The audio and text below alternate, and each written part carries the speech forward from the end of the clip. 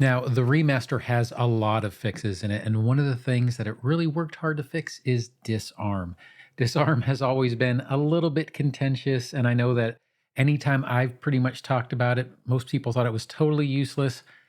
I thought that maybe there were some very specific instances where it could be useful. However, the change now makes it something that is actually usable. So let's go ahead and talk about disarm. My name is Don. I'm trying to be the Sly Strategist, and let's go ahead and get into it.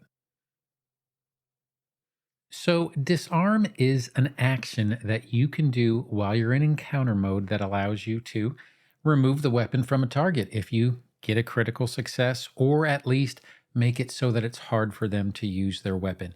It is one of your athletics trained actions, and in truth, it's the only trained action in athletics. So, you need to have the athletic skill in order to even use disarm, but it is super handy in combat.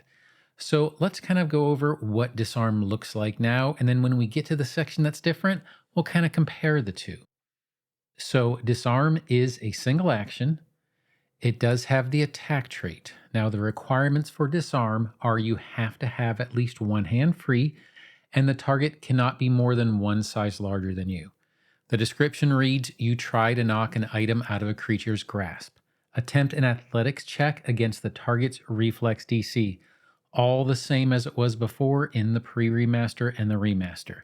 Now, on a critical success, you knock the item out of the target's grasp. It falls to the ground in the target's space. This verbiage is exactly the same as it was pre remaster, and it kind of just lets you know where the weapon is going to fall, and it's going to be in that target space. So, on a success is where it's different. So, the success for the remastered version is you weaken your target's grasp on the item. Further attempts to disarm the target of that item gain a +2 circumstance bonus, and the target takes a -2 circumstance penalty to attacks with that item or other checks requiring a firm grasp on the item. The creature can end the effect by interacting to change its grip on the item. Otherwise, it lasts as long as the creature holds the item. There is no ending aside from they have to interact. Now, on the old disarm, the success condition was just a little bit different. And we'll kind of go over what that is and we'll highlight it. On a success, you weaken your target's grasp on the item. Cool. Here's where the difference is. In the old disarm, it was until the start of that creature's turn. Notice it's the start of that creature's turn. So they didn't even need to do an interact. They didn't waste any actions. They didn't have to do anything. They literally, unless it was a reaction, they didn't face any penalty for just a success on a disarm.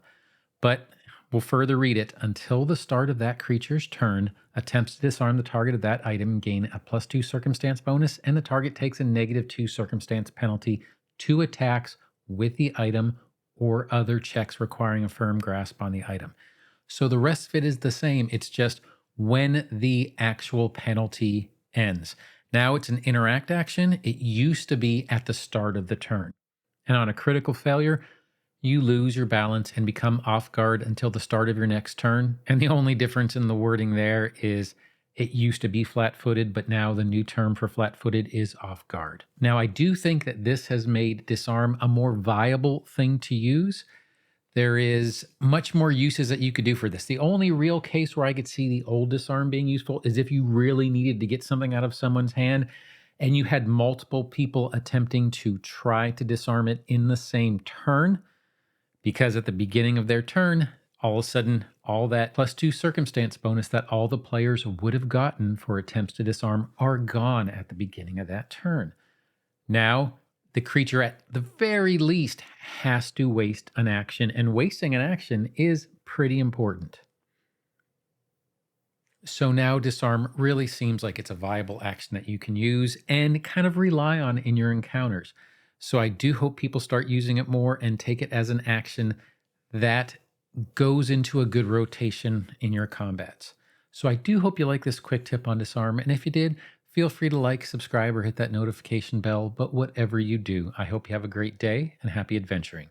Thanks.